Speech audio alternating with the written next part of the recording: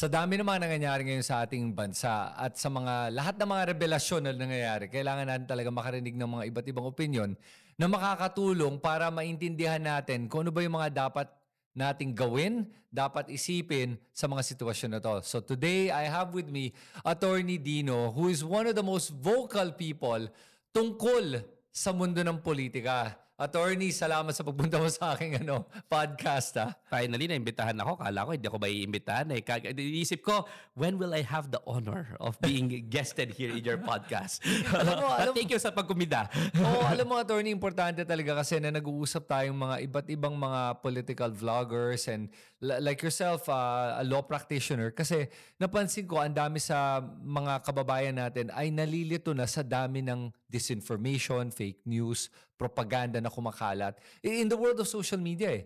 Ano yung parang mabibigay mong payo ba sa kanila para matulungan sila maintindihan yung mga balita na nangyayari? Sa dami ng mga malalang balita ngayon, anong mga nakikita mo pwedeng gawin nila? The first realization that you have to understand is nililito sila deliberately and by design.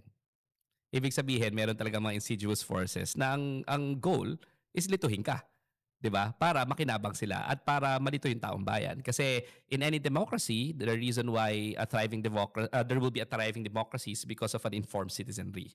Kung ayaw mo, kung despot ka, 'di ba? Ang ayaw mo ng informed citizenry. So ako naniniwala ako and kitang-kita naman sa kamada ng politika natin, 'di ba? By design 'yan. Nakita natin 'yan from 2016, 'di ba? Kita rin naman, 'di ba? In an Oxford study, nag-hire talaga ang Duterte camp ng troll army and spent a minimum of $200,000. Maliit pa nga yun for a troll army. Nakita rin ng Rappler study na maraming mga other insidious forces including foreign entities intervening in our elections, in our democracy. Ganyan rin ang sinabi ng United States. Ganyan rin ang sinabi ng European Union with respect to doon sa pag-alis ng United Kingdom sa European Union, di ba? Diyan yung mga firms who are doing this and specializing this. In fact, in the book of Maria Ressa, di ba, How to Fight a Dictator, sinabi doon talaga na hinahack yung ating algorithm at sinasadya na i-bombard tayo ng information para ma-hack yung democracy at malito tayo. So, deliberate and by design yan. So, if you really accept that as a fact, then second sigurong step is a little bit magiging critical ka kahit sa akin, kahit sa'yo, at sa kahit na sino pang content na nagbo-bombard doon sa iyong algorithm, 'di ba? Pero magiging critical ka lang kung i-accept mo na ginagawa kang puppet at ginagawa kang pinag-ieksperimentohan ka. At ang sabi nga ni Maria Ressa, I was there when she launched her book in the Library of Congress. I was studying, taking up my Masters of Law then. So nasa Library of Congress, nilaunch yung book niya. Tinanong ng mga Amerikano, why should we care about the Philippines? Diba? Your book is about fighting a dictatorship in the Philippines. Sabi ni Maria Ressa, I had a conversation with Mark Zuckerberg. Ang sabi niya, sabi ni Maria Ressa, Mark, you have to be careful about how you manage Facebook because 97% of Filipinos are in Facebook. Sabi niya, online. Tapos ang tagot lang daw ni Mark Zuckerberg is, but Maria, where's the other 3%? Yan ang tanong, di ba? Kaya galit daw siya nung una, di ba? Nung una friends sila ni Zuckerberg, tapos naging critical na siya. Tanda mo, nung found yung Rappler, dapat yung social media component kasama nun, di ba? Nung nag-simula yung Rappler, yung sentiments, sabi mo, agree, happy ka or hindi. Pero Maria realized na, hindi na sila nagiging responsible in how they're handling social media, no? So, bakit? Kasi nung nilaunch siya nga, yung book niya dun sa Washington DC, ang sinabi niya, remember before Cambridge Analytica came to the United States and came to the European Union, they tested their theory in the Philippines first because 97% of us are in Facebook, no? So, dapat critical tayo doon. Merong kumakamada ng nakikita nating impormasyon. We have to accept that as a fact. This is deliberate and by design. And then, that's the only time when we become critical. So, kumbaga parang sinasabi mo dito, ay para sa ating mga kababayan na nanonood ngayon ay kailangan talaga i-arman nila sarili nila sa informasyon at maging mas maayos sila mag-isip. Matalas mag-isip. Importante yun at huwag silang tatanggap ng kahit na ano lang sinasabi ng tao as gospel truth. Correct. And lalong-lalo na, tingnan natin yung source. Pagtingin natin ng source, tingnan natin yung credibility. Pagtingin natin ng credibility, the third step is to check counter sources. Diba? And the fourth step is, ito lalong-lalo na sa Pilipinas. Pagka nakakaramdam ka na ginagalit ka, no? Step back. Kasi ang gusto talaga nila is galitin ka and to pit us against each other. Not against them. So kung tayo nag-aaway, DDS ka, kakamping ka, tinatawag kang kakamping, tinatawag kang DDS, tinatawag kang kung ano-ano man yan, you are playing into the book of the despots. Kasi they are dividing us as a citizenry. Tignan natin yun. Kaya ako, we're guilty, di ba? Ako minsan sabihin ko, DDS yan, di ba? Nakakalimutan natin that they're Filipinos and human beings first. So ang always kong appeal, sometimes we falter, but we come back and we have to remember that we're Filipinos first. Our loyalty shouldn't be towards a personality, but rather to the flag and to the Filipino people and to certain principles that bind us as a nation, di ba? So, wag sana sa personalidad ang loyalty. Bagkus, di ba, dapat so kung anong tama. Yun lang lagi kong appeal. At kung ginagalit tayo sa isa't isa, step back, calm down, and let's remember we're one nation after all. We have to live by with each other, whatever happens. Alam mo yung nung binanggit mo nga na ang style nga ng mga authoritarian ay divide and conquer. Totoo nga yun eh. At yung pinag-aaway nga nila, ang nakakatawa dito, ginagawa nila yung awayan between us. Di ba? Imbes na tignan natin sila, tayo yung nag-aaway-away. Hindi lang yun eh. Ang nakikita ko talagang importanteng gawin natin at sa mga kababayan natin ay yung maging accountable sa ating sariling isip. Kulang tayo ng accountability kasi the fact is, ginawa ng teatro etong politika. At ang audience ay tayo. Bakit tayo ang audience? Kasi ang kapangyarihan, ang tunay na kapangyarihan ay nasa atin. Alam nila yun eh. Alam nila yan. Ang problema, hindi alam ng ating mga mamamayan at kababayan o kaya hindi nila alam kung gaano kalakas ang kapangyarihan ng taong bayan. Paano kaya yun? Ano? Parang in other words, ang ating mga kababayan, they feel disempowered or powerless. And by design, again by design, tactic ito ng mga despots, di ba? Nung panahon ni Hitler, ang ginawa niya is pinurtray niya as subhumans yung isang klase ng mga tao na tingin niya masyado makapangyarihan and can do something about what he wants to happen. At gumawa siya ng tinatawag natin yung strawman na kalaban. Ito yung mga Jews, mga Hodyo. Na-unite niya lahat against them. Ganyan rin ginawa ni Rodrigo Duterte.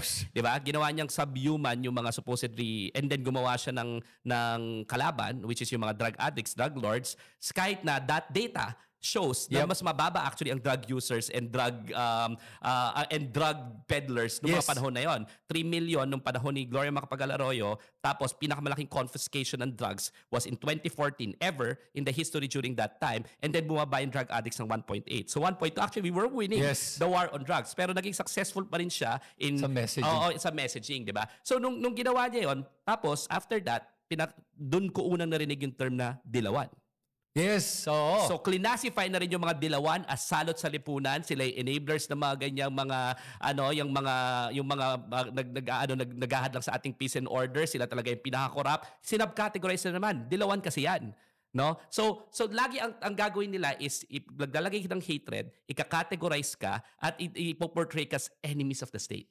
Yes. At yung mga, pansinin mo, yung mga komunista. Red tagging. Komunista yan, red tagging. Again, ika-classify ka at itatag ka. So, kung ganon yung nakikita nating rhetoric, mag-step back tayo and check, baka I'm playing into the playbook. Nagpapagamit ba ako? And am I hating my fellow Filipinos who also have stories to tell, who are experiencing a lot of hardships, who may be fighting legitimate fights, who may have reasons why they have a contrary opinion. And first and foremost, we have to listen to them because they're also our fellow sojourners. Dapat ma-humanize again eh. Step back. Wag tayo mag-play into the hatred of these people. Alam mo, ang ganda nung sinabi mo at yun ang I'm sure may mga nakikinig pala sa atin na mga nagsusuporta kay Duterte. At ang ganda nung sinabi mo, baka may mga matauhan din sa kanila na maisip, nagpapagamit ba ako? Nagpapadala ba ako para sa interest ng isang particular na grupo?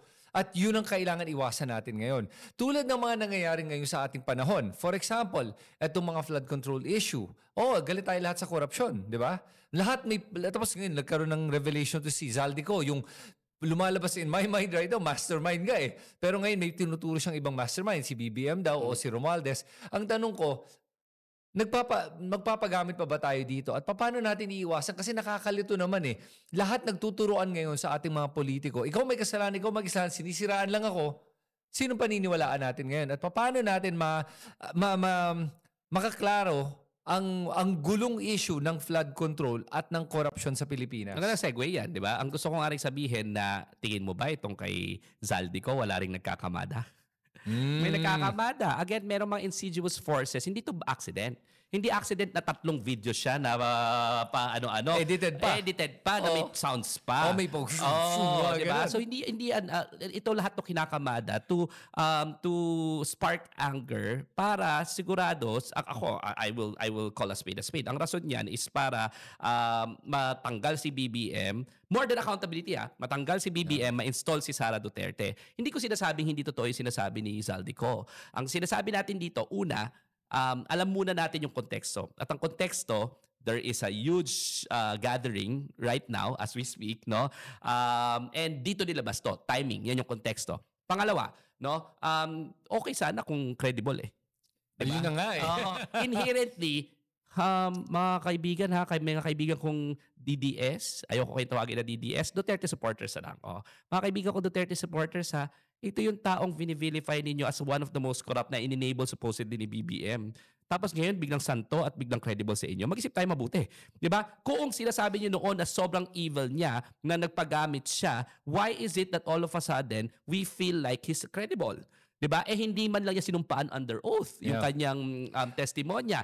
Naglagay lang ng video. Hindi nga natin alam kung sa siya talaga yon. Diba? Pwede i-AI yan. Parang AI nga dating May rules of evidence naman. So ang point ko lang is, without necessarily considering it as gospel truth, let's be a little bit critical. And we can only be critical if we can verify na una, siya talaga yon. Pangalawa, it undergoes legal scrutiny. So what is my suggestion? My suggestion is, kung video lang talaga yan, i-authenticate muna natin as true. Pangalawa, kung totoo talaga yung sinasabi niya, sworn statement natin. Pangatlo, ipascrutinize natin sa ating mga agencies. Pang-apat, umupo siya sa witness stand at pwede siya i-cross-examine ng lahat ng mga inaakusahan niya. And then, kung totoo talaga lahat, di panugutin kung sino man yan.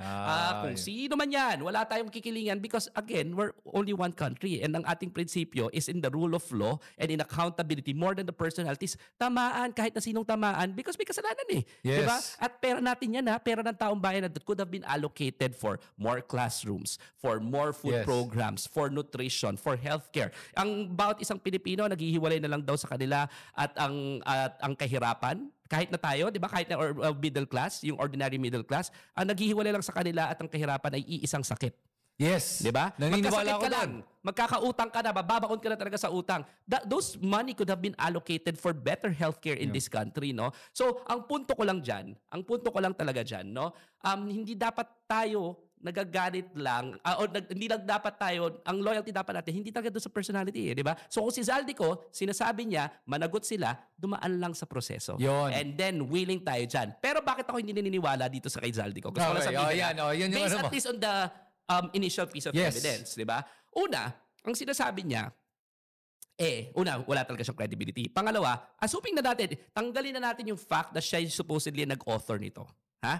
Siya nag-author nito, siya ang pinaka-most corrupt, natural ang tendency niya na magturo ng higher up at guluhin yung istorya para hindi na siya masisi. At all of a sudden, hero na siya, which is yung nangyayari ngayon. Pero assuming na totoo na hindi yon, hindi talaga siya incredible, tignan lang natin yung piece of the testimony. The first thing that he claimed is, wala po akong kinita dito kahit piso Wala po ako Talaga lang, you authored the grand kleptocracy of this magnitude. You were an indispensable party in the act of plunder. Tapos wala kang kinita kahit piso?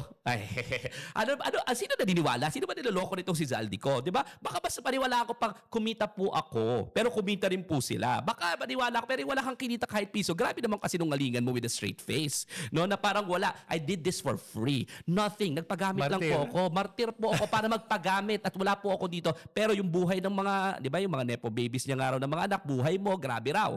Di ba? Grabe daw yung pangangalandakan mo ng yaman mo at yung lifestyle mo, tapos sasabihin mo sa akin, wala kang kinita ni isang piso. Hindi ako naniniwala. That's first. The second one, na ang sinasabi niya is, nautusan lang po ako.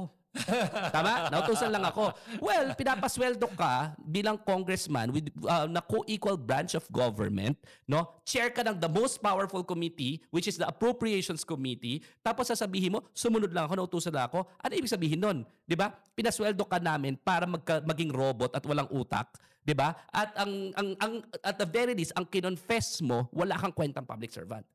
Dahil hindi yun yung job description mo. Ang job description mo, because the power of the purse is in the legislature, is to actually check everything and make sure that you're protecting public interest, which was your sworn mandate. Di ba? I will obey and defend the Constitution. Di ba? To be a representative of the people. National pa naman yung party mo. Ibig sabihin, nationwide supposedly yung constituency mo, pinoprotektahan mo, national interest. Anong sinasabi mo sa akin? Sumunod ka lang na bulag-bulagan. Di ba? So, ibig sabihin, bakit ako bigla sa'yo maniniwala eh? Sunod-sunuran ka pala na bulag-bulagan. Tapos ngayon maniniwala ako sa'yo na credible ka. So, inherently, apart from the credibility, yung kanyang testimony doesn't add up. Apart from the fact na sinasabi na rin ba ng ibang mga nagdidefensa na, number one, bakit pa sa NE? Bakit pa doon talagay insert? Pwede namang sa NEP, National Expenditure Program. Sa ating budget process, ang presidente magpo-propose after na SONA, ito yung budget na pinopropose ko. Bakit ako magpapa-insert doon sa Bicameral Conference Committee? Pangalawa, bakit niya binito? Yun na nga. Di ba? So, mas malaki pa yung binito niya. Mas malaki pa yung binito niya. Sa in-claim na in-insert so, na 100. You know, I'm in no business defending BBM, no? President Marcos. Pero it just really doesn't make sense. No? So, nakakainis. Nakaka-insulto. Nakaka-insulto. Tapos, halatang in-script pa dun sa affidavit ni Gutesa. Di ba? Para alam na ni Rodante Marcoleta kung anong laman nung affidavit, naalala nyo? Clause tapos, number.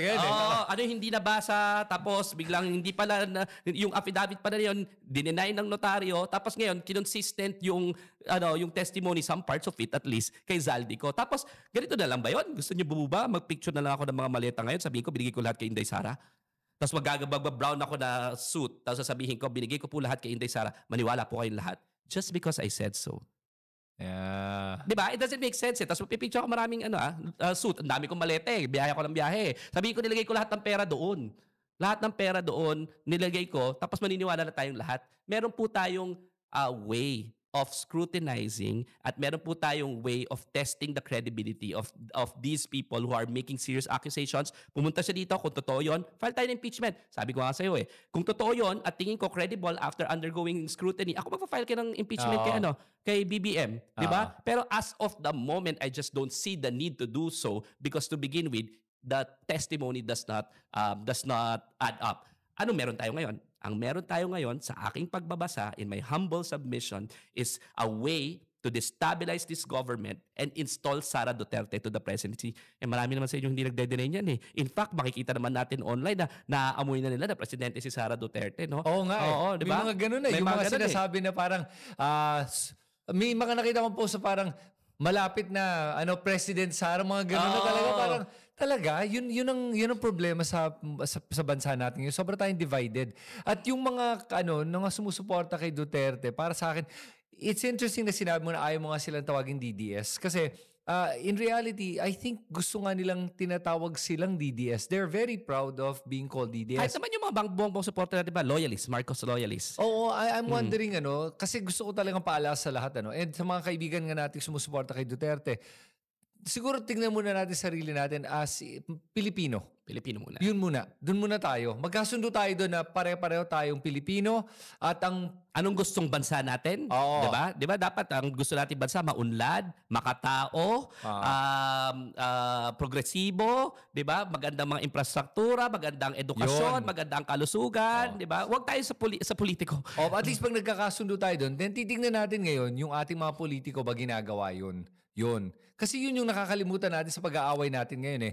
Ngayon, ang pag-aaway natin naman ngayon ay dahil nga doon sa nakikita nating korupsyon. So at least nagkakasundo tayo na ayaw nating lahat ng korupsyon. Correct. Ang problema ay yung paraan kung paano ayusin yung problema ng korupsyon. Hindi nga eh. Tingin mo ba yung paraan? Ako nga hindi. Ang naiinis ako, sinasabi ninyo ayaw nyo ng korupsyon, pero ayaw nyo namang investigate si Sara Duterte. Hindi ka talaga anti-corruption. Hindi ka anti-corruption. Sasabihin ng Iglesia ni Cristo for accountability and transparency, hindi naman nagsalita sa SALN na hindi inilabas ng ombudsman the last 6-7 years. Ang ini-endorso naman, ang daming mga akusasyon, convicted pa. Yes. Yung mga oras na mga ini-endorse ninyo yung ilang mga politicians, convicted sila. Yes. Are you ready for transparency and accountability? 'Di ba? Nung mga tapos ang dami mga dubious personalities, not a single instance did I hear Iglesia ni Cristo call for transparency and accountability when it comes to the confidential funds. Nung chinichitsira yung pera ng bayan, di ba? Maniniwala naman ako sa inyo, sa mga kapatid ko sa Iglesia ni Cristo. Di ba? Kapatid meaning brethren, hindi ako kasapi, di ba? Pero maniniwala ako sa inyo, pero be consistent naman. Siguro hindi, alam mo ako naman, siguro tinitignan ko na hindi yung mga miyembro ng INC yung problema, na nagiging biktima din sila in a way. Kasi nga sa liderato, na kung ano yung gusto ng liderato, sinusundan na lang nila. Ngayon, ang problema din nga, yung sinabi mo nga, ay kadalasan, itong mga ini-endorso nila, ay, for example, nadawit na dun sa Napoles scandal. Tapos in-endorso pa ulit. Convicted pa nga nung mga time nung in-endorse nila, convicted eh. Tapos ngayon, andi dito na naman sila sa same problem. Ngayon sa flood control naman. Tapos ini-endorso pa rin. Tsaka diba in-endorse nila si Bongbong Marcos? Tapos ngayong, ang sabi, di ba, merong mga hindi raw napapakinggan na appointees or tinanggal na mga appointees sa mga isang ahensya ng pamahalaan. Tapos bigla nga, i-withdraw yung support. I doubt the sincerity eh. I doubt the sincerity. Alam mo, the Filipino people are not naive naman. We know what's happening. We know for a fact na ang pinaka-gulo raw dyan is hindi nagkasundo when it comes to appointments. Whether true or not, we know na hindi lang ito transparency and accountability as you're trying to portray. Hindi ako naniniwala. Yeah, and I think it's obvious naman eh. Unless talagang bulag ka na, o bingi ka na, o hindi ka na nag-iisip, di ba? Going back dun sa di ba, yung sabi mo kanina, baka yung mga miyembro yung na-victimize. I've heard a lot of my friends, they're very good people who are members na nagkaroon talaga sila ng moral conundrum kung iboboto nila ha. Yung mga in-endorse. Nagkaroon talaga ng moral conundrum kasi feeling nila they will go to hell, feeling nila nagkakasala sila sa religion nila, feeling nila kasalanan sa Diyos pag hindi nila binoto. Di ba mali yun? Kasi the mere fact na didiktahan mo supposedly in a democracy na pupunta kayo sa at least you are making them think that they're going to hell. Yes. I think that's morally repugnant. Actually, there's legal basis to say na dapat pigilan na at pagbawalan na kahit sinong religious order, hindi lang Iglesia ni Cristo, na mag-endorse ng political candidates. Kasi sabi ko nga sa'yo kanina, kung si Dino De Leon na nag-endorso, I'm just persuading somebody. Ibig sabihin, they can say no at walang problema. Right. Pero pag religious superior may nag-endorso, hindi lang they can say no they will bring it up to their conscience na para bang nag-defy sila ng kanilang religious beliefs, di ba? At parang magkakasala sila sa Diyos. Yes, utos na ng Diyos ang lumalabas. There is a huge difference talaga. There is a huge difference. So sa akin, maling-mali yun because even in the Christian faith, in the Christian faith, nakita nyo naman, di ba? Lagi naman sinasabi sa Biblia ba, we are created in the image and likeness of the Lord, di ba? Ang ibig sabihin nun, ang greatest gift sa atin is ating sovereign free will eh. Di ba? Kaya nga even us can defy the Lord. Di ba? Yun yung creating the image and likeness of the Lord, di ba? Tapos hindi mo kaya i-defy yung ministro mo. Tapos tinanggal sa yung greatest gift of the Lord to you, which is your sovereign will to choose your leaders who have the sacred oath to actually make our lives better. Yeah. Diba? Dapat sa akin, hindi dapat tayo sunod-sunuran lamang sa ating mga religious leaders. Pagdating na rin sa konsensya ng boto. So sa akin, maling-mali yan. And I think there has to be a movement already to say na ma-criminalize or ma-forbid na yung endorsement ng religious leaders, whether it's the Pope, wala akong pakialam. Yep. I will defy the Pope as a Catholic. Diba? If the Pope will say, iboto mo yan, I will even criticize the Pope. Diba? Mali yun eh. Mali talaga yun eh. Kaya nga to begin with, from the start na nga, meron na nga separation of church and state. Ang problema lang sa Pilipinas ay hindi, merong sinasabi sang separation na hindi naman talaga nangyayari. Diba? To be fair sa ibang relihiyon, no? To be fair sa ibang relihiyon, never sila nagsabi kung sino mismo ang iboboto. Yes. Nabibigay sila ng guidelines kung anong klaseng tao ang iboboto, and they leave it up to your conscience. Yeah. Pero ito kasing Iglesia ni Cristo, ang peculiar is ilalabas nila kung sinong iboboto. Yeah. That's morally repugnant. That is counterintuitive to the very essence of democracy. And ang very essence of democracy informs citizenry who will participate. And they will vote based on their conscience. Not just wait for a list coming from their religious superiors and vote blindly, which is what's happening. No? Maling-mali po yun. So ang apela ko dito sa aking mga brethren, mga kapatid sa Iglesia ni Cristo, pag-isipan niyo pong mabuti, no? I think you shouldn't just blindly follow the religion. 'Di ba the Lord gave you your free will for a Yes. reason. Not just to blindly follow, but to make sure na you assess based on your own values and principles and your most dear beliefs whether or not a particular candidate fits your parang your criteria in terms of leading us as one country. Don't just wait for a list. Moral repugnant talaga sa akin yan. Okay, so ngayon may nangyayaring ng rally as we speak. And dito sa rally na to, they're calling for transparency and accountability. Yung ba tingin mo talagang gusto nila mangyari dito? I mean, obviously sinabi mo na nga na parang may iba silang ulterior motive na pabagsakin nga yung gobyerno para ma-install si Sara as president or magkaroon ng parang junta o military revolt. Hindi lahat. Meron talaga mga movement, mga nandiyan who wants to call for transparency and accountability. Kaya marami rin sila na-convince na magpunta kasi sabi nila, transparency and accountability naman to.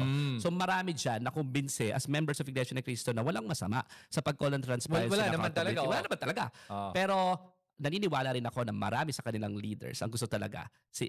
And ang main purpose talaga is ma-install si Sara Duterte bilang presidente. No? Okay. And let's see if they will succeed or not. I don't think so because our armed forces are very professional. We're appealing to them na they should be professional. They shouldn't be meddling with politics of the civilians, di ba?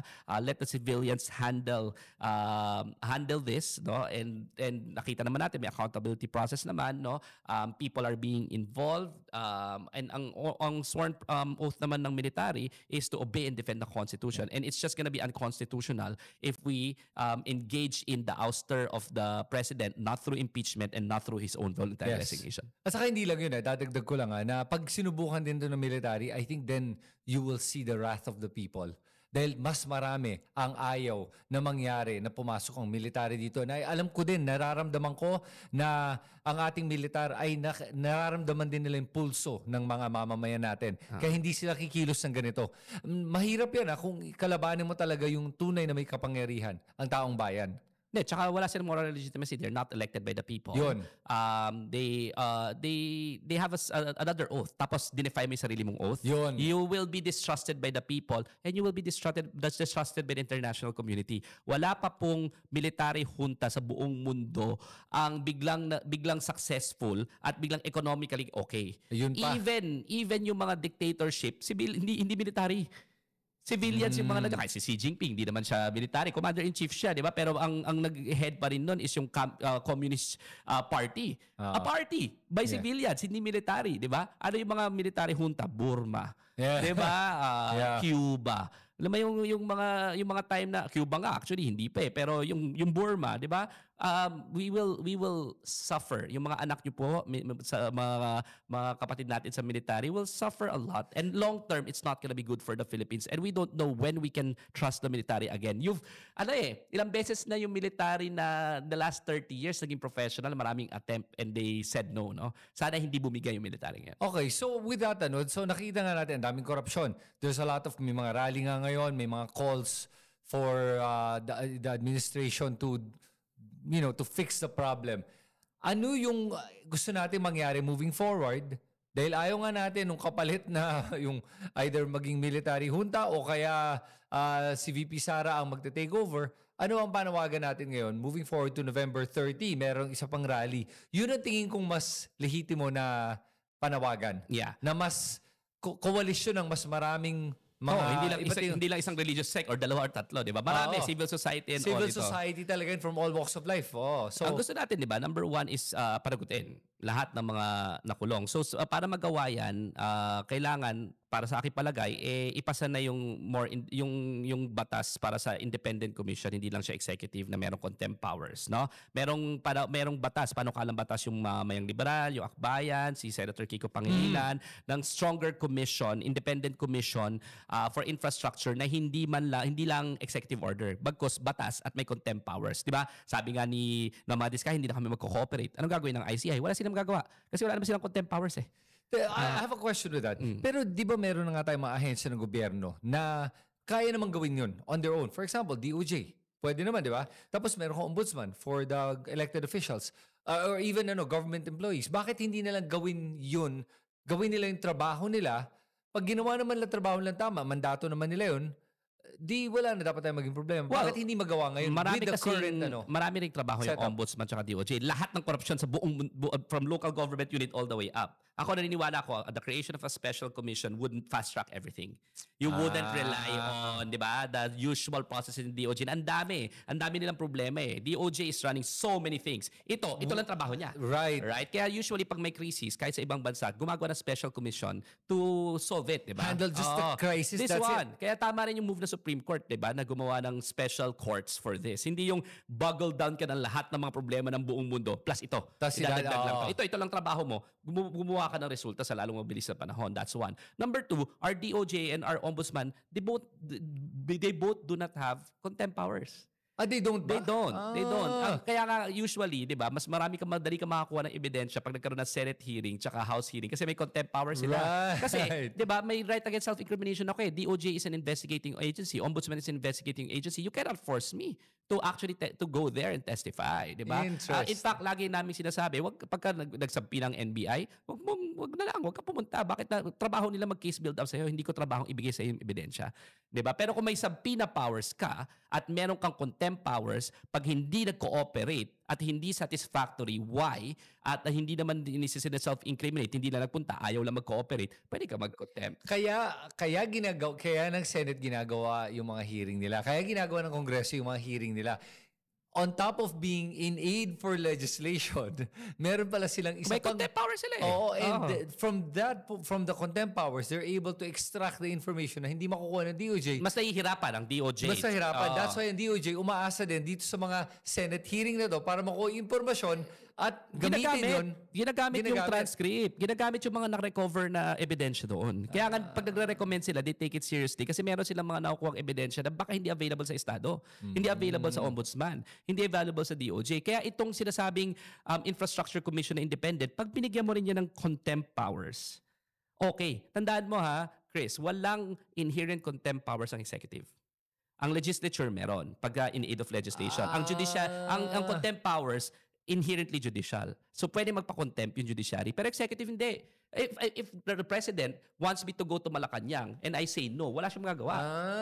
Okay. I can defy the executive. Pero if the court says pumunta ka dito, you have to because you will be cited for in contempt because contempt is intrinsically judicial and then in-extend yan sa legislative in the case of Arnold versus Nazareno only for purposes of hearings in aid of legislation. Kasi sinabi nila it can only be effective if they have contempt powers. Pero hindi nga yan nakalagay sa konstitusyon, nakalagay yan sa isang case law. Ang sinabi inherent yan at nagsimula yan doon sa case ng Arnold versus Nazareno.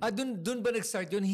Wala sa konstitusyon pala to? Wala ka makikita doon na the legislature has contempt powers. It is a case law dinala kinontempt ng legislative yung ayaw magsalita, pinakulong sa baba, tapos ang sinabi ng Supreme Court, hindi meron silang contempt powers kasi inherent yan in their mandate to do legislations, and in order for them to be effective in doing legislations, they have to conduct hearings in aid of legislation to get the data, to get to the bottom of things para malaman lang kung paano solusyonan. Yun, wow, dami kong natutunan sa iyo yun. Arnold versus Nazareno yan, tapos medyo na-affirm dun sa Blue Ribbon Committee, Neri versus Blue Ribbon Committee noong panahon ni GMA. No? So interesting din actually i-follow yung case law when it comes to contempt powers. Pero ang nakakatawa pa dyan, doon sa Arnold versus Nazareno, dito rin na-differentiate yung Senado at Kongreso. Pag nagpa-contempt sa House of Representatives after 3 years or pagka in-break ang House of Representatives, pwede ka na makawala.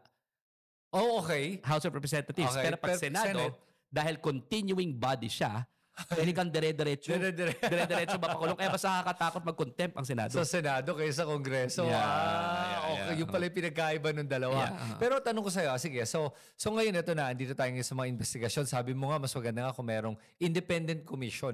Ang sinasabi mo ba, na i-abolish yung ICI, gumawa ng bagong komisyon? Kasi 'di ba napasa na yung bill na na in-author ni sino ba nag-author? Sila Mamamayang Liberal, tapos si Kiko sa Pangilinan, sa Senate. At saka pero hindi pa napapasa, ang alam ko hindi pa napapasa sa House pero mas marami na yata pumirma sa Senate. So majority na. So malapit na. So sa akin pag naipasa yan, ang natural tendency kasi is the executive has to turn it over to the independent commission na truly independent. Kasi how can the executive, sa totoo lang in Yes. theory, how can the executive investigate itself? Yes, exactly. I mean, but then again, yun na nga, kaya nga dami tao nagsasabi na kahit sa Kongreso, sa Senado, how does the Congress investigate itself? But diba? it's not gonna be Congress. But in the past yung nangyari with the flood control, di ba yung sabi na, sige, we're gonna do an investigation on the flood control issue here in Congress. Teka lang, ilan sa inyo ay kasabot dito? Correct. Paano mo imbestigahan yun? Sa Senado, yun din na nangyari, which we saw happen nung Blue Ribbon, nung time ni Marcoleta, na nakikita mong sina Joel Villanueva, nagpi-privilege speech, sinasabi na, hindi ako guilty, walang guilty senador. And ang hirap nun. Ngayon ang tanong ko dito, sige. Independent ba talaga independent commission as it is? They're under the office of the president. Yes. Can the president say stop? Yes. Yes, he can. He can because they are a byproduct of a mere executive order. Yes. Pero ngayon, okay, so kung gumana independent, sino pipili ng mga tao doon? Well, ito kasi, parang ano mo yan, it can be a presidential appointee, it can be the legislation, there can be a selection process, it can be part of the law. Okay. But the point is, the moment that they are already appointed parang ombudsman, hindi na sila under the president. Right. Number one, they are independent commission eh. Yes. Commission eh. And then number two, they get their own funds, not from the office of the president. It is an allocation by virtue of a law. And therefore, meron silang autonomy. So, dapat bigyan mo yan ng contempt powers, bigyan mo rin yan ng fiscal autonomy, Right. at bigyan mo rin yan ng independence. Siguro yung removal niyan by impeachment. Oh, wow. But pwede. Baka. Pwede. Baka, pwede. So these are part of the parang implementing rules and regulations of that Nasa law particular... dapat. Nasa law. Nasa law na yan. Nasa law na oo. dapat yan. So Oo. mukhang matatagalan pa to. I don't think this is something that's going to happen in a few months. May draft na. May draft na yan. Pagkapasa niyan, pwede na mag-appoint ng members of the commission, di ba? Of course, magkakaroon ng honeymoon period pa rin yan, pero at least independent. In the meantime, pwede naman magtuloy executive tapos i-turn over na lang yung pieces of evidence na nakuha na nila. Pero nawawalan ako ng pag-asa dito sa ICI natin. Hindi ko ba nawawalan ng pag-asa? Nakita mo ba si Andres Reyes ba yun? My God, pag pinapakinggan ko, ako yung parang... May antics pa eh. Maglalabas-labas pa. Sabi ko, hindi ko kailangan yung antics mo. Kailangan ko resulta. Wala ka pa na-file na kaso. Gusto ko siya bigyan ng kape. Parang palaging inaantok na tulog na hindi ko Hindi, ito kayo sinasabi ko pa. Sorry. Tinan mo sinabi nila, biglang hindi na nila sinashow yung ICI. Di ba yung proceedings? Sabi may mga chismis na sinasabi, hindi raw marunong magtanong eh. Kasi alam mo, si Andy Reyes, with all due respect to him, legislature na yan ever since eh. Judiciary na yan ever since. Hindi naman yan trial lawyer eh. Or hindi ko alam kung trial lawyer siya, pero matagal na siyang judiciary. Yes. Hindi ko naman sinasabing lahat ng judiciary hindi magaling magtanong. Pero it takes some skill level. Yes, it does. Para mag-pose ka ng mga questions na investigative by nature. Hindi naman yung ating system naman is adversarial eh. Mauupo ka lang eh. Hindi naman inquisitorial ang judges eh. Hindi pwedeng yung judges na nag-iimbestiga sa'yo. In other words, hindi ako sure kung meron siyang investigative capacity. Paano natin malalaman kung meron siya? Sana kung nakikita natin siya paano magtanong. Hindi ka natin nakikita eh. Yun nga masama eh. Sinabi nga niya, di ba, ila-livestream na niya. Tapos ngayon bigla na lang parang umaatras na siya. Hindi pa nga nila-livestream hanggang ngayon eh. Tapos parang kailangan doon na pag-aralan yung technical. Sino isa? Secretary Singson. Hindi ko alam kung may investigative powers yun. Yung isa naman, forensic. May technical capability pero hindi ko alam kung kaya mag-post ng questions. Ayoko lang na nagre-rely tayo sa chismis. And chismis lang lahat itong mga ito. Sabi-sabi, hindi raw marunong magtanong.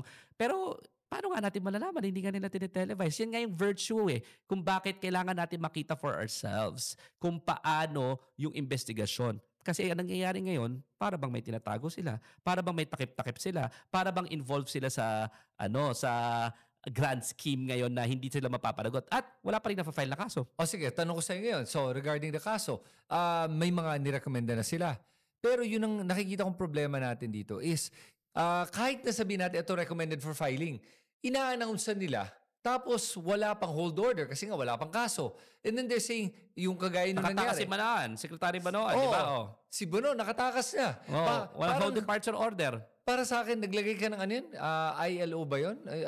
Whatever. Yung, Hold departure order, hindi, HDO. before the Watch whole... list order. Watch list, yung ganun lang. Ano yung watch list na yan? Sinasabi na pag lumabas, inform mo kami. Pag in-inform sila, hindi, okay lang yan. Wala pang hold order. What's the point of that? So hindi nga ako sure kung may value yung ICI at this point in time. Kasi tinan mo, ito na lang in theory, magre-recommend lang sila. Ibibigay pa rin sa DOJ tsaka sa yun. ombudsman. Pag ako naman yung ombudsman, thank you very much for your recommendation but I will review it myself. Tama? Oo. So duplication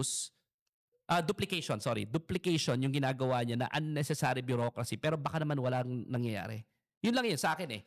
Ang sinasabi mo kasi pag may nagawa ng independent commission, immediately filed by the independent commission, hindi na kailangan dumaan sa ombudsman. Kasi bibigyan mo Hindi sila ng na dadaan sa prosecutorial DOJ. power na sarili nila. Yun yung pinagkaiba. Yun yung pinagkaiba. So itong nangyayari ngayon, unnecessary duplication na hindi natin alam kung ano nangyayari. Pwede pa kang sanitizer. Yes. Tama? Pwede totoo. pa nga sanitizer. Tapos, ang mandate is nasa executive na hindi naman kayang imbestigahin yung sarili niya kasi lahat ng involved, members of the executive branch too. Na kung hindi naman sila nagpagamit, hindi sana matutuloy ito. Di ba? Merong ano na doon para kang para kang you're regulating yourself. Pwede, ang hirap pero at the same time, nakita kong problema din, ay lumalabas, marami silang, sinabi naman ni Ombudsman to, na marami masasampahan ng kaso sa Department of, sa DPWH. Pero wala akong narinig ng mga pangalan na sasampahan ng kaso sa Meron na Kongreso. kahapon. May lumabas. Yung mga lumabas sa kahapon, sinabi na ni Boying Remulla, napakinig ako kagabi. Ayun, pero tinanong kailan. Sabi niya mga December 15. Sabi ko, Mario, December. Anong araw na tayo ngayon? Mga sabi natin isang buwan pa yan. Sana. Paano kung umalis na naman itong mga to? Naman. Mabagal. Pero yun nga, at least si Boying meron gagawin, di ba? Yun nga So, yung DOJ, alam mo, ang dami pwedeng gawin eh. Hindi, dapat wala tayong DOJ yung ngayon kasi. pero meron na ba? Diyos ko, ang dami pinapasweldo doon eh. Yun ang problema. Dapat hindi lang yung DOJ secretary, meron silang OIC, tsaka yung presidente naman ang under ng DOJ, di ba? So, sa akin, dapat meron na dapat silang ginagawa. For future proceedings, may narinig ka na ba? The Office of the Solicitor General can initiate for future proceedings. Sino ba OSG natin ngayon? Si Solgen Berberabe. Diba? The DOJ can initiate for future proceedings. The DOJ can conduct preliminary investigations. The problem is our DOJ right now, may na-appoint na ba o OIC pa rin yun? Yun nga yung sa akin, Chris. Hindi ba dapat hindi tayo nagre-rely sa personalities? Dapat yan well-oiled machine yan eh. Kahit na wala pa dapat yan SOJ, tumatakbo yan under ordinary course of business because it's a department. Tama? May USEX yan. May ASEX yan. May directors yan. May prosecutor general yan. Bakit tayo mag-aantay? Alam mo kung bakit? Kasi let's face it, unfortunately, government bureaucracy, as we know it, ay ang bagal. At karamihan, kadalasan, siguro walang... I want to be careful with the words I use.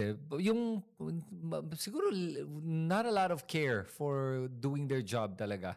Yun ang nakikita ko. And I could be wrong, pero hindi ko talaga nakikita in the bureaucracy in the government talagang meron silang sinseridad na gawin yung tunay na tungkulin nila. And it's time for them to change that, diba? And those people who have the mandate and who are occupying this sensitive position, diba? Prove Chris wrong.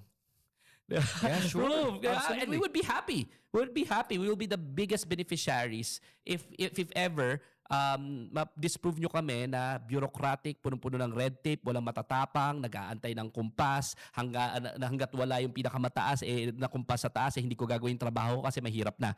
Hindi dapat ganoon, di ba? Yeah. Di ba? Kasi ang sworn oath nyo naman, hindi naman doon sa pinakamataas Bagkos ang sworn oath nyo to the Filipino people. Ang iisipin mo lang, what is the Filipino people's interest? At ang interest ngayon, mag-file na ng kaso, wag na tayo mag-antay ng SOJ.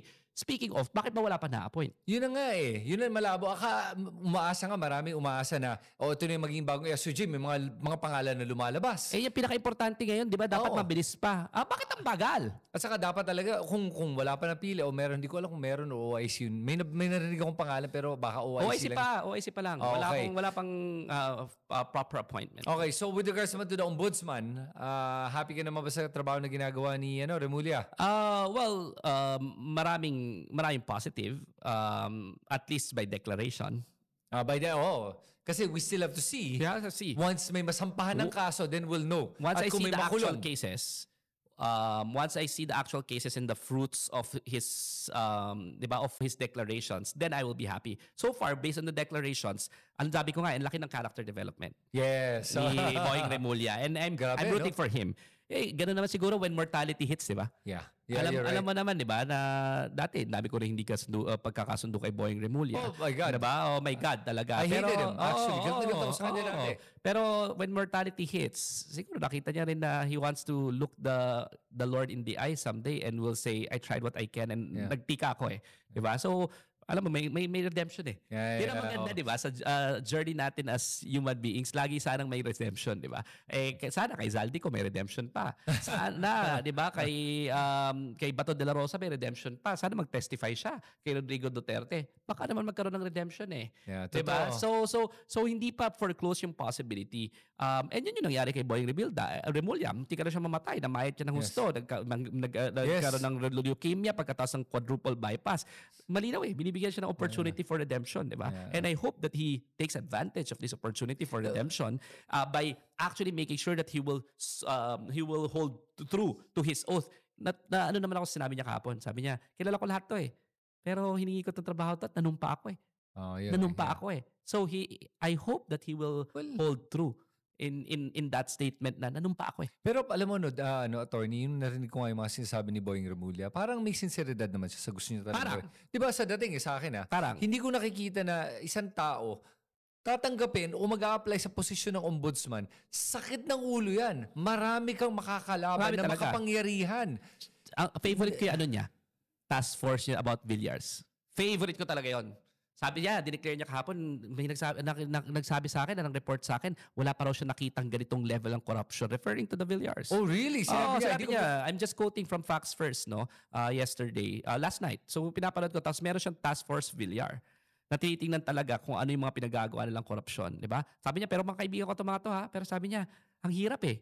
Ang hirap kaibigan ko to, pero I swear an oath. And hindi ako magpapapigil. Wow. Okay. So I'm happy with the declarations. But declaration is one thing. Follow through is another. yeah, actions. Action. So, tignan natin. Action and results. In results, exactly. Kung ano talaga yung saan to pupunta, ano yung punot dulo. Kasi dali mag-file. Yes, kung totoo. ang papangit lahat ng final. At Totoo. madidismissan lang pala tayo. Ayun na naman. Oo. At Action, result. pero ang problema, attorney, ay nakikita ko nga, sa ating batas naman, o sa ating judicial system, ay ang bagal. Palaging umabot ng 1 dekada bago may mangyari o may makitang resulta. Paano kung ito na naman tayo, 1 dekada na naman, bago magkaroon ng resolusyon? Tapos biglang lalabas, after 10 years, bigla na Wala na yung mga prosecutor, acquittal. wala na yung mga fiscal, wala na yung interest yung bayan. O, Acquittal, paano nangyari na? na yan, Napoli scandal. Hindi, kaya nga tama yung move na Supreme Court na gumawa ng special courts. Okay. Tama yun. Pero siguro, apelaw na natin yan sa Korte Suprema, di ba, sa judiciary. Ang bagal talaga ng proseso. And I'm saying this as a practitioner. Ang hina ng accountability mechanisms, ang hira ng justice system, and unfortunately, and I'm saying this with all humility as a member of the bar, na nakita talaga natin ang hina ng justice system. And the reason why we are here right now is precisely because walang napapanagot. I was going to say, the reason why we're here right now, and maybe I'll say it because I'm not part of the judiciary, ay because of the failures of the judicial system. Actually, it's the failures of the judicial system and failures natin as a people. Bakit? Kung equal branch of the judiciary, Yes. I studied this and made a paper about this Okay. in my Masters of Law. I think for more than 10 years, we allocated 1% of our national budget sa judiciary. Okay. Did you wanna, was that the statement? Kasi gusto kong, So sobrang nag-underinvest rin Yes. tayo. Ano ba dapat? So at the very least, diba, kitang-kita natin, sa akin nga lang punta ka sa korte. oh my God, Tumutulo lahat, nakita ko aircon. yung, hindi ko alam kung ito ba yung Supreme Court building sa Manila. Pumunta ako. Nakita ko, mukhang haunted house. Nakakatakot. Supreme Court na yun, maganda na yun. Nakakatakot pati yung sala ng mga judges Supreme Court judge. Di ba ibang Supreme Meron Court nasa judge? fire escape. Oh my Parang God. fire escape. Meron yung hindi aircon na nasa second floor na veranda. Na, Korte yun. Walang dignidad. nakakatakot. Yung mismong sala ng kung saan naghihiring, nanonood ako. Sabi ko, nakakatakot. Hindi magkasya. Kahit na yung mayayaman na LGUs, hindi magkasya. Tapos, ito na lang, sabihin ko sa'yo, trial judge, METC, sabihin natin, yung first level court. Swerte na yan kung meron siyang isang court staff na lawyer. Yung problema na nakikita ko, ito yun mismo yung nakausap ko, hindi ko babanggitin kung sino itong Supreme Court judge na to. Sabi ko sa kanya, pwede ba ako mag-picture dito? Gusto ko to i-post. Kasi ang lalaan na to Ang pangit talaga Walang dignidad. Nakakahiya. May nakasabit na map. Yeah. Dito, yeah. May malalaking kalendaryo. Andiyan lahat yung mga case file, Tapos ang alikabok. mga papeles, nandiyan lang. Yung hallway, basag-basag yung mga lahat. Wala. So, Walang dignidad. Sinabi ko, pwede ko picture, sabi niya, wag na lang, baka madamay pa daw. Sabi ko, kailangan makita doon ng taong bayan, kailangan malaman kung bakit ganito ang ating hustisya. Kasi nakikita mo, hindi prioridad ang hustisya. Lagi ko sinasabi doon yung associates ko, pagkasama ko sila, imagine mo, darating kami doon 8:30 a.m. kasi yung court. Tapos pang 43 kami dahil ganun karami yung kaso. Tapos magtatawag kami 11. Sino nagbabayad ng bill namin? Yung litigant. Tapos, di ba? Costly ang litigation for them. Sasabihin nila, wag na lang natin, magdagdag tayo magdemanda. Kalimutan na yung hustisya. Ipagpapasa Diyos ko na lang or itutulfo ko na lang. Yun. Or extrajudicial. Yun ang sinasabi ko. Kung saan na ang ugat na itong lahat, para sa akin ay the judicial system. The failure of the judicial system, ang ang bunga nun ay yung Duterte. Our dahil failure as a people tao. to invest properly on our judicial system. So hindi lang yung judicial system, di ba? Us as a people, we did not invest enough in our judicial system. The culture is so bad all the way up from the law school. Sa law school, gusto ko lang criticism. Di ba, parang ang dami dyan na capricious, arbitrary, and whimsical, for example, na professors. Tapos, ang sasabihin sa'yo, ganyan talaga sa law school. If you're not fit for it, hindi mo kaya ang law school. Hindi dapat ganoon, di ba? Hindi. So, ang daming beses na parang naituturo is to stomach injustice. Oh my God. Okay. Diba? Bar exams na lang. Di ba? Kung ano lang ma-feel ng examiner na itanong, yun. Walang science behind it. Oh, really? Diba? Yung mga board exams. Ganun ka-arbitrary? Diba yung mga board exams, may mga psychometrician and all yan. There have been instances na yung questions kung sinong bar chair. At sinong examiner na gusto niya. Diba? Yun na nga So sa akin, we could do a lot of improvements in our judicial system, but we have to invest on it as a people. So this is a fair critique of what we have right now, but with all humility as a member of the Philippine Bar, I think there's a huge point for improvement, but we have to invest in our justice system. Kaya ang bagal alam mo ba't ang bagal? Naawa rin ako sa trial judges. Sabi ko kasi, METC judge, isa lang ang lawyer niya. 43, isang araw ang trial niya. Wow. Susulat niya lahat yung decision. 43? Susulat niya lahat yung decision. Siya pa magpe-preside. Pag-aaralan niya pa lahat ng mga case folder. Ang hirap 1,000 plus ang nasa docket niya. Tapos, iisa lang ang lawyer niya. Ito pa, wala siyang bodyguard. Yun pa yung problema. Walang security itong mga yung mga hukom natin. Ang hirap ng trabaho nila. Kasi kahit anong mangyari, may magagalit sa desisyon niya. So kung ako, si Rodrigo Duterte ang nandun sa trial court ko, pipigilan ko yung action niya, wala akong bodyguard. Wag na. Wala akong bodyguard, di ba? So, tapos it doesn't make sense to me as well, the way yung pagka-structure, di ba, nung everything. Yung isang trial judge na frontline staff, ibig sabihin, siya magta-try. Bakit iisa lang yung abogado niya or wala pa in a lot of our salas? Pero doon sa Court of Appeals and Supreme Court, ang dami nilang court staff na lawyers. I think, kung tingin nila kailangan nila maraming abogado, mas kailangan ng frontline staff. Yan. So, ibig sabihin, bottom line is kailangan nating pag-aralan ng mabuti how we can improve the justice system. And as lawyers, we are just lawyers. Diba? We are just lawyers. We may be good at the law, pero I cannot say that we're good managers and administrators. Alam mo, for me, ang isa ko lang na, marami akong natutunan sa pinag-usapan natin ngayong araw na to. At ang isang nakikita ko talagang problema ay hindi nga napopondohan. Ang hindi lang yung judicial system natin. At lahat ng mga tamang kailangan pondohan ng gobyerno, hindi napopondohan. Ito na lang, LGUs. Alam mo ba na a lot of our courtrooms, pinapahiram lang ng LGU yung building. Magpunta ka doon sa Caloocan, dating abandoned mall na tumutulo lahat, nasa tabi ng Riles, at sobrang punta ka, field trip lang, educational trip mo lang.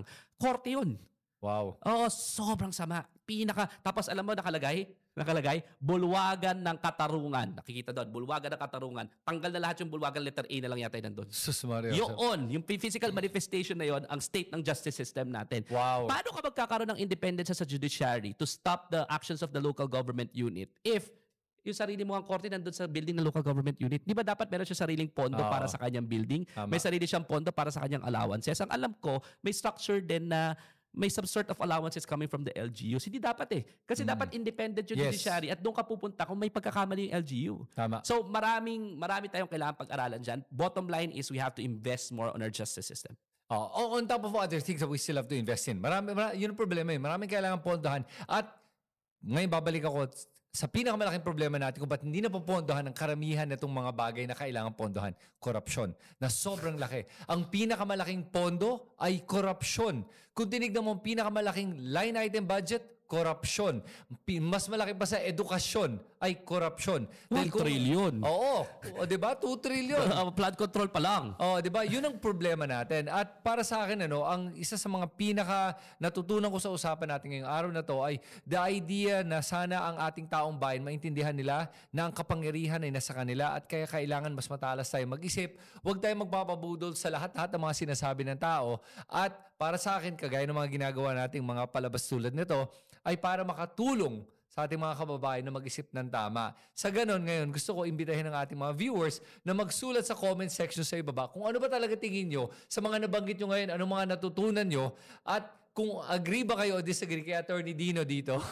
I would love for them to disagree. Basta, sabi mo nga kanina, may argumento. Yes. And we will be willing to listen whether you like us or not. Alam mo, sabi ko nga, kapwa naman tayo Pilipino. And we will engage you. We will engage you. Pero arguments ha, wag ad hominem, wag yung kung ano-ano lang na atake ng personal. When it comes to arguments, that's my job. And I love argumentation. For so long as it's an exchange of ideas, I will engage you. Yun. Okay. And with that, guys, salamat sa inyong pagpapanood na itong podcast na to with Attorney Dino. And kung nagustuhan niyo mga ganitong klaseng content, please consider becoming a paid subscriber. Alam mo ba meron akong paid membership?